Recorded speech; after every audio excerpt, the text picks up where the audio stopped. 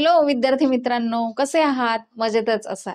आज आपण व्याकरणातील सगळ्यात महत्वाचा घटक म्हणजे शब्दांच्या जाती अराईज अकॅडमीच्या माध्यमातून मी आज तुमच्या समोर शब्दांच्या जाती, त्यांचे प्रकार किती आहेत, कशा पद्धतीने शब्दांच्या जाती ओळखायच्या, कशा पद्धतीने नाम, विशेषण, क्रियापद, कुठल्या ट्रिक वापरायच्या हे आज आपण अभ्यासणार आहोत किंवा मी तुम्हाला सांगत आहे. तर बघा की शब्दांच्या सगळ्यात महत्वाच्या प्रमुख दोनच जाती आहेत, सव्यय, विकारी, अव्यय, अविकारी. शब्दांच्या जातीमध्ये साधारणतः 8 प्रकार किंवा 8 जाती असलेल्या दिसून येतात. सव्यय विकारी म्हणजेच काय? ज्याच्यामध्ये नाम, सर्वनाम, विशेषण आणि क्रियापद आहेत. आणि अव्यय अविकारी असं म्हटलं जातं, याच्यामध्ये क्रिया, विशेषण, अव्यय, शब्दयोगी अव्यय, उभयान्वयी अव्यय आणि केवल प्रयोगी अव्यय या गोष्टींचा किंवा या बाबींचा समावेश होतो. तर आपण सव्यय विकारी हा जो प्रकार आहे तो आज पाहत आहोत. सगळ्यात पहिलं नाम. मग नाम म्हणजे काय? तर एखादी व्यक्ती, वस्तू, प्राणी यांच्या नावाला नाम असे म्हणतात. उदाहरणार्थ महेश, दिनेश, सोमेश, रमेश आदी. सरिता, सीमा, मीना, श्रद्धा इत्यादी. नद्यांची नावे इंद्रायणी, गंगा, भीमा, भामा, गोदावरी, नर्मदा, कृष्णा, तापी, कोयना, वेण्णा, पंचगंगा अशी जी नावे दिली जातात त्यावेळी त्याला नाम असे म्हणतात. त्याचबरोबर काय? मुलांची नावे असतील, मुलींची नावे असतील, महिलांची नावे आहेत, नद्यांची नावे आहेत, पुणे जिल्ह्याचे नाव आहे, पुणे जिल्ह्यातल्या गावांची नावं आहेत, जसं की वडगाव, धनेगाव, सोनेगाव, धामणगाव, जामखेड आदी. जिल्ह्यांची पण वेगवेगळी नावं असलेली दिसून येतात. त्याच्यामध्ये वेगवेगळ्या प्रकारचे जिल्हे देखील आहेत. जवळजवळ 36 जिल्हे आहेत आपल्या महाराष्ट्रामध्ये. त्याच्यामध्ये पुणे जिल्हा आहे, खेड, मनसर, नगर, सोलापूर जिल्हा आहे. असे वेगवेगळ्या प्रकारचे जिल्हे असलेले दिसून येतात. मग या जिल्ह्यांच्या नावांना देखील नाम असं म्हटलं जातं. मग व्यक्ती असू द्या, वस्तू असू द्या किंवा प्राणी असू द्या, यांच्या नावाला नाम असं म्हटलं जातं. आता व्यक्तींची नावे मी तुम्हाला सांगितली. वस्तूमध्ये टेबल आहे, खुर्ची आहे, त्यानंतर पाण्याची बॉटल आहे, पेला आहे, ग्लास आहे, चमचा, वाटी, ताट, हे सगळं, या सगळ्या गोष्टींचा समावेश नामामध्ये होतो. मग व्यक्ती झाली, वस्तू झालं आणि प्राणीमध्ये गाय आहे, जंगली प्राणी आहेत, पाळीव प्राणी आहेत. जसं जसं डिवायडेशन होईल त्याप्रमाणे त्यामध्ये बदल होत असलेला दिसून येतो. सव्यय विकारी मध्ये आपण नाम म्हणजे काय आणि नामाची विविध प्रकारची वेगवेगळी उदाहरणं पाहिलेली आहेत. त्यानंतर आपण वळतोय सर्वनाम.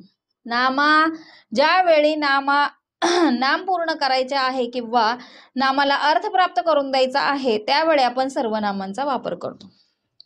मी उद्या गावाला जाईल, तू माझ्या सोबत येणार आहेस का? जो कोणी आहे त्याला इकडे बोलवा. तो अभ्यास करत नाही, तुम्ही, आम्ही, अशा प्रकारच्या सगळ्या वाक्यातून किंवा शब्दातून आपल्याला सर्वनाम कळतं. आपण सर्वजण. तुम्ही जेवलात का? तुम्हाला कुठे जायचं आहे? मी आज हे काम करणार आहे, मला हे करायचं आहे. या सगळ्या गोष्टींसाठी सर्वनामाचा वापर केला जातो. सर्वनामाशिवाय वाक्याला कुठल्याही प्रकारचा अर्थ प्राप्त होत नाही किंवा वाक्य पूर्ण होत नाही. आता मी हा शब्द न बोलता गावाला जाणार. कोण गावाला जाणार? अर्थबोध होत नाही. म्हणून कुठल्याही वाक्यामध्ये सर्वनामाला खूप महत्वाचं स्थान असतं. सामूहिक ठिकाणी आपण तुम्ही, आम्ही, मी, तू, जो, तो, जेव्हा, तेव्हा अशा प्रकारचे शब्द वापरतो त्यावेळी आपल्याला सर्वनाम म्हणजे काय ते समजतं. सर्वनाम म्हणजे सर्वांसाठी घेतलेलं नाम, सर्वांसाठी उद्देशून घेतलं जातं. मग आता तुम्ही म्हणाले इथे मी आहे. मी म्हणजे कोण? की मी शालिनी आहे, पण पण इथे मी घेतलेला आहे म्हणजे सगळ्यांसाठी. आता मी हा शब्द शालिनीसाठी आहे, मी हा शब्द सरितासाठी आहे, मी हा शब्द श्रद्धासाठी आहे, मी हा शब्द सीमासाठी आहे. म्हणजे वेगवेगळ्या लोकांसाठी, वेगवेगळ्या व्यक्तींसाठी हे सर्वनाम घेतलं जातं. समजलंय विद्यार्थी मित्रांनो? पुढे वळूया. विशेषण. विशेषण म्हणजे या नामाबद्दल विशेष माहिती सांगणारा शब्द. सुमित हुशार आहे, समर्थ चतुर आहे, समर्थ चाणाक्ष आहे, याच बरोबर ती हुशार आहे, ती सुंदर आहे, तिचे अक्षर मोत्यासारखे आहे. अशा प्रकारच्या गोष्टींसाठी म्हणजे नामाबद्दल विशेष माहिती सांगणाऱ्या शब्द ज्यावेळी वापरला जातो त्यावेळी आपण त्यास विशेषण असं म्हणतो. मग हुशार आहे, सुंदर आहे, तिचे अक्षर मोत्यासारखे सुंदर आहे, गुलाबाच्या फुलाचा रंग अप्रतिम आहे. इथे अप्रतिम शब्द वापरलाय बघा. त्यानंतर ती सुंदर आहे, तिचे डोळे कशाप्रमाणे आहेत? तिचे डोळे हरणासारखे आहेत. आता हरणासारखे आहेत डोळे, कोणासारखे? तर हरणाची उपमा दिलेली आहे. म्हणजे इथे जरी अलंकार आला तरी सुद्धा ते विशेषण दिलेलं आहे. त्यानंतर आईचे प्रेम सागरासारखे आहे, सागराला विशेषण. जरी उपमा अलंकार आलेला असला तरी सुद्धा विशेषण आहे. मग फूल सुंदर आहे, तो हुशार आहे, ती हुशार आहे, तिचे अक्षर मोत्यासारखे आहे, ती खूप सुंदर आहे, तिच्या डोळ्यात चमक आहे. यासारखे विशेषण ज्या ज्या ठिकाणी दिली जातात त्यावेळी त्यास विशेषण असे म्हटले जाते. सव्यय विकारी मधला तिसरा प्रकार आणि सव्यय विकारी मधला चौथा प्रकार जो आहे तो क्रियापद.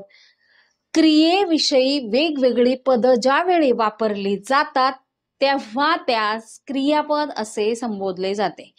क्रियेविषयी पद त्या त्या वाक्यामध्ये किंवा त्या त्या शब्दामध्ये त्याचे डेफिनेशन दडलेले आहे. क्रियेविषयी वेगळं पद वापरलं जातं.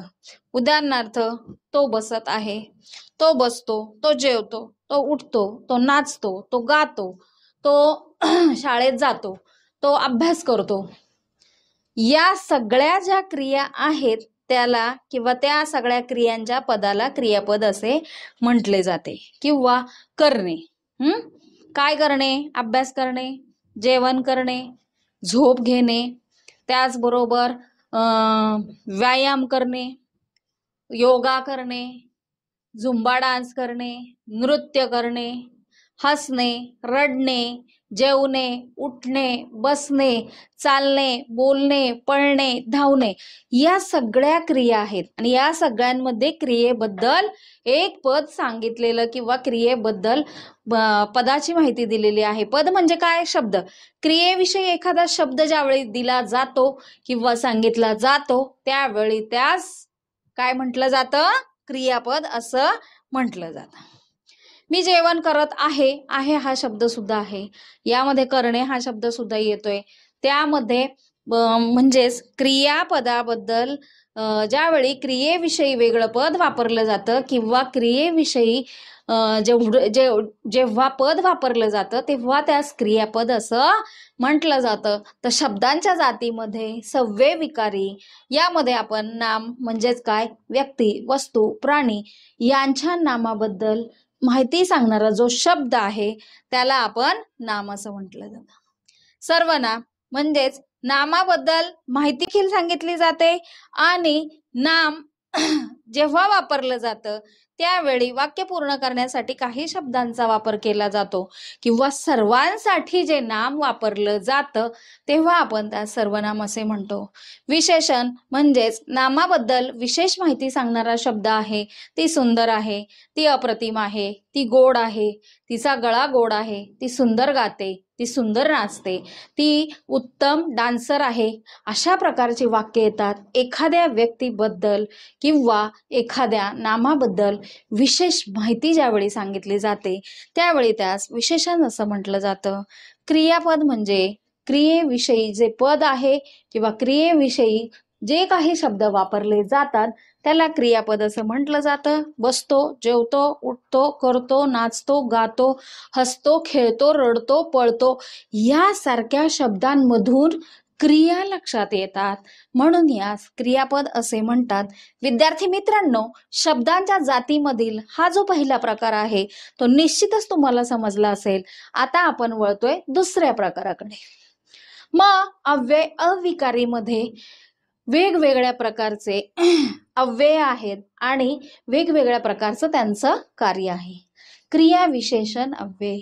क्रिया विशेषण अव्यय म्हणजेच क्रिया होत असताना त्याला विशेषण लावलं जातं, त्यासाठी काही शब्दांचा वापर केला जातो, त्याला अव्यय असं म्हटलं जातं. काल मी तिकडे गेले होते, काल मी ग्राउंडला गेले होते, परवा मला सहलीला जायचे आहे, येथे तेथे, म्हणून यासारख्या केवल प्रयोगी अव्ययांचा ज्या ज्या ठिकाणी वापर होतो तेव्हा त्यास क्रिया विशेषण अव्यय असे म्हटले जाते. काल मी स्टेडियमला गेले होते, काल मी बालेवाडी स्टेडियमला गेले होते, काल मी गहुंजाच्या स्टेडियमला गेले होते, काल मी क्रिकेट बघायला गेले होते.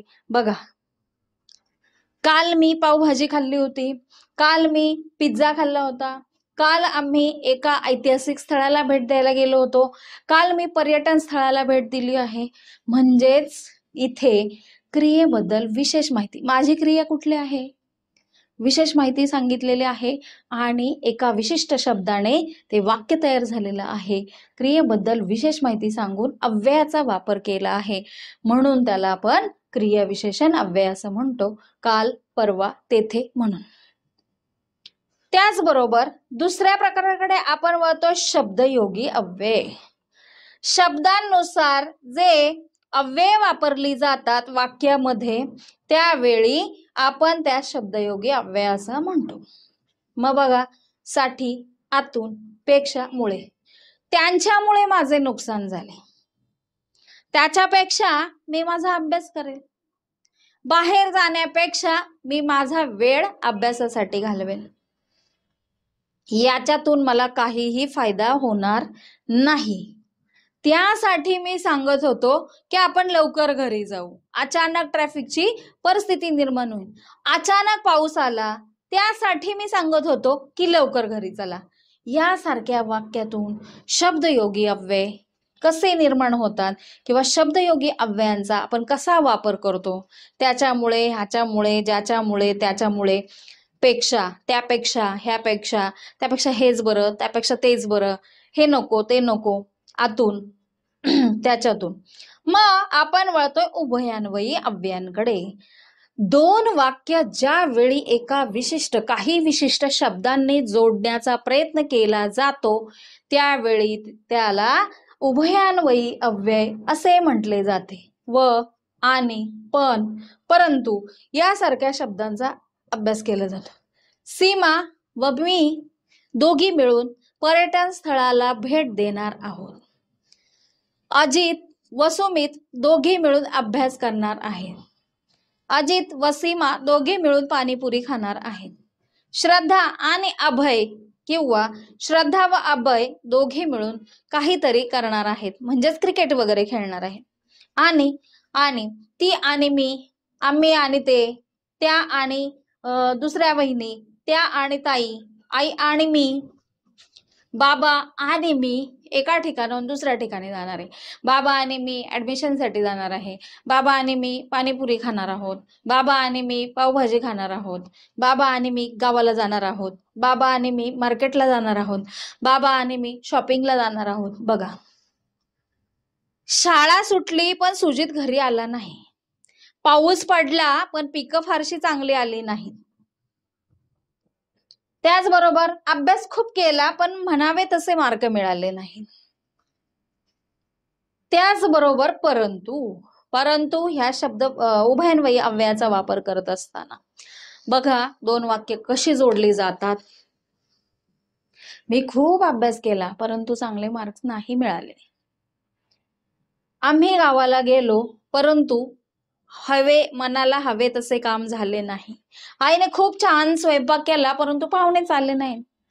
परंतु, मग व, आणि, पण, परंतु यासारखे शब्द, यासारखे उभयान्वयी शब्द ज्यावेळी एकत्र येतात किंवा दोन किंवा अधिक वाक्यांना एकत्र जोडण्याचा प्रयत्न करतात अशा शब्दांना उभयान्वयी अव्यय असं म्हटलं जातं.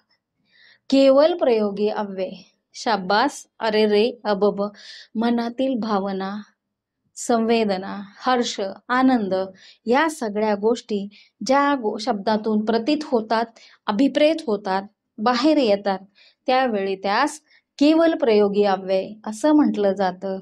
केवळ प्रयोगासाठी ज्या अव्ययांचा वापर केला जातो त्याला केवल प्रयोगी अव्यय असे म्हणतात. शाबास, खूप छान कामगिरी केलीस. अरे रे, असं व्हायला नको होतं. अबब, केवढी ही गर्दी. अबब, केवढ्या उंच ह्या इमारती. छे छे, मला मुळी हे पसंतच नाही. यासारख्या शब्दांचा वापर ज्या वाक्यांमध्ये केला जातो तेव्हा त्यास केवल प्रयोगी अव्यय असे म्हणतात. बघा, व्याकरणातील सगळ्यात महत्वाचा घटक शब्दांच्या जाती, त्याचे प्रमुख 2 प्रकार, त्याचे 4 प्रकार आहेत एका प्रकाराचे, आणि दुसऱ्या प्रकाराचे 4 प्रकार आहेत. सव्यय, विकारी, अव्यय, अविकारी, नाम, सर्वनाम, विशेषण, क्रियापद, क्रिया विशेषण अव्यय, शब्दयोगी अव्यय, उभयन्वयी अव्यय आणि केवल प्रयोगी अव्यय. कुठल्या अव्ययासाठी कोणते शब्द वापरले जातात अतिशय सिस्टमॅटिक मी तुम्हाला सांगण्याचा प्रयत्न केला आहे. आणि असे शब्द आल्यानंतर आपल्याला लगेच कळतं की कुठल्या अव्ययाचा वापर केलेला आहे. लक्षात येतं जिथे विशेषण, नामाबद्दल विशेष माहिती म्हणजे नाम, नाम म्हणजे नावाला नाम असे म्हणतात, व्यक्ती, वस्तू, प्राणी. लक्षात ठेवायचं. सर्वनामामध्ये मी, तू, जो, तो, तेव्हा, आम्ही, आपण, तुम्ही हे सगळे शब्द येतात. विशेषणामध्ये सुंदर आहे, प्रामाणिक आहे, आत्मविश्वासू आहे, दयाळू आहे, प्रेमळ आहे, कडू, गोड, आंबट, तिखट, खारट अशा प्रकारचे शब्द येतात. विशेषण सांगितलं जातं. कारलं खूप कडू आहे, विशेषण आहे. नामाबद्दल विशेष माहिती सांगितली, त्याचा गुणधर्म सांगितलेला आहे. प्रेमळ आहे, मिठाई खूप गोड होती, गोड. आंबट, बोरं आंबट होती, आंबा आंबट होता, द्राक्ष गोड होती. त्यानंतर तिखट, मसाले भात तिखट होता, म्हणजेच विशेषण सांगितलेलं आहे.